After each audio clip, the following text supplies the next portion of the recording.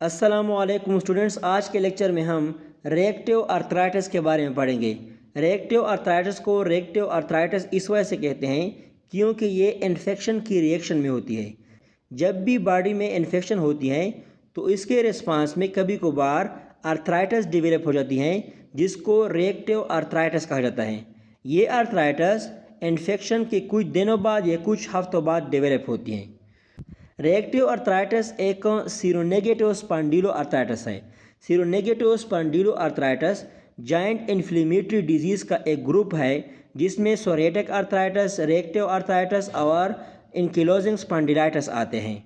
ये seronegative स्पॉन्डिलो arthritis rheumatoid arthritis से कुछ फीचर्स की बुनियाद पर डिफरेंट होते हैं, क्योंकि रोमेटॉइड अर्थराइटिस भी एक इन्फ्लेमेटरी डिजीज़ है।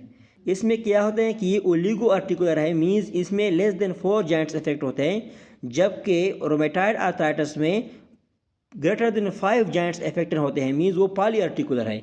इसका रोमेटॉइड फैक्टर के साथ कोई एसोसिएशन नहीं है, लेकिन जो रोमेटॉइड अर्थराइटिस है वो रोमेटॉइड फैक्टर पर डिपेंड करता है। ये एसिमेट्रिकल होती है जबकि रोमेटॉइड अर्थराइटिस सिमेट्रिकल होती है। तो इस सीरोनेगेटिव स्पॉन्डिलो अर्थराइटिस में आज हम रिएक्टिव अर्थराइटिस को डिस्कस करेंगे। Reactive arthritis predominantly young main में होती है और इसका सेक्स रेशियो 15:1 है, मीन्स 15 टाइम्स ये ज़्यादा मेल को अफेक्ट करती हैं एज़ कम्पेयर टू फीमेल। ये 16 to 35 ईयर्स ओल्ड के जो मेन है उसमें सबसे कॉमन काज है इन्फ्लेमेटरी अर्थराइटिस का।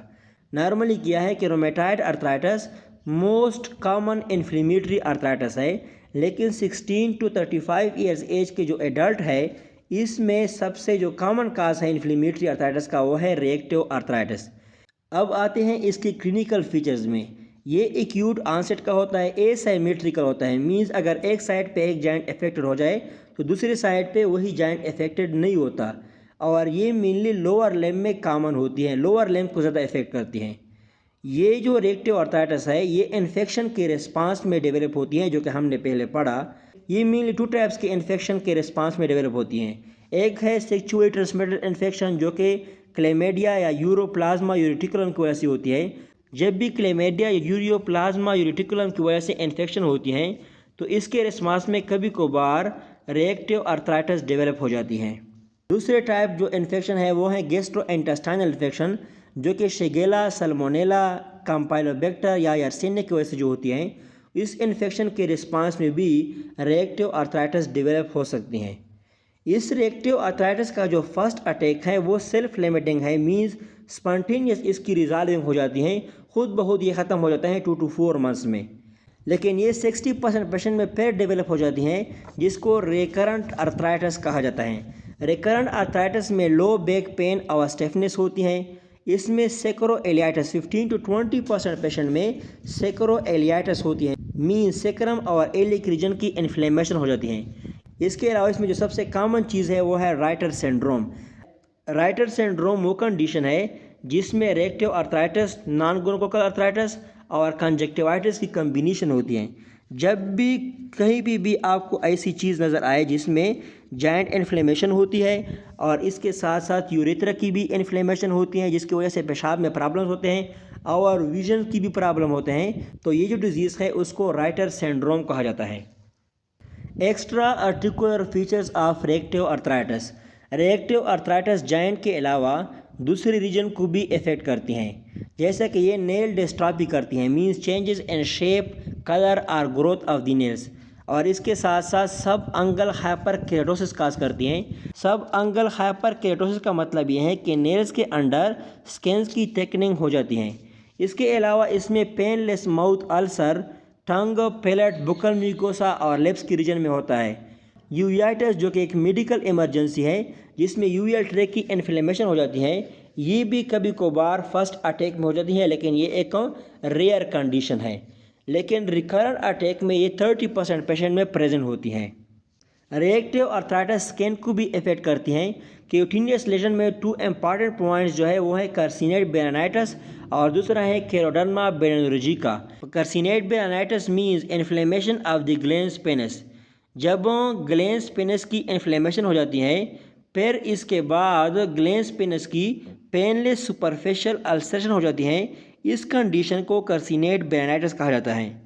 और केराटोडर्मा बेनोलॉजिका वो कंडीशन है जिसमें फीट, पाम्स, ट्रंक, स्कार्प और स्क्रूटम के ऊपर पेनलेस लार्ज क्रस्टी प्लेक्स और पस्ट्यूल्स प्रेजेंट होते हैं।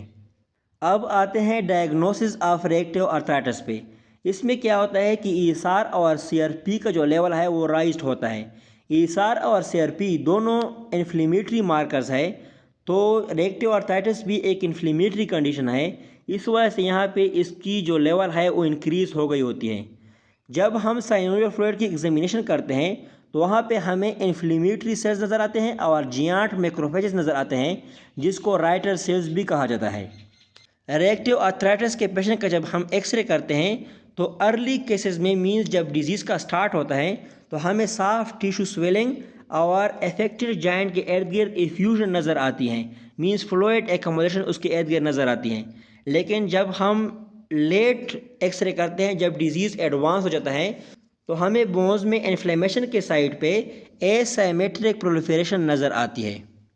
एक्सरे पे हमें एसाइमेट्रिक और यूनिलेटरल सेक्रोएलियाइटिस भी नज़र आता है।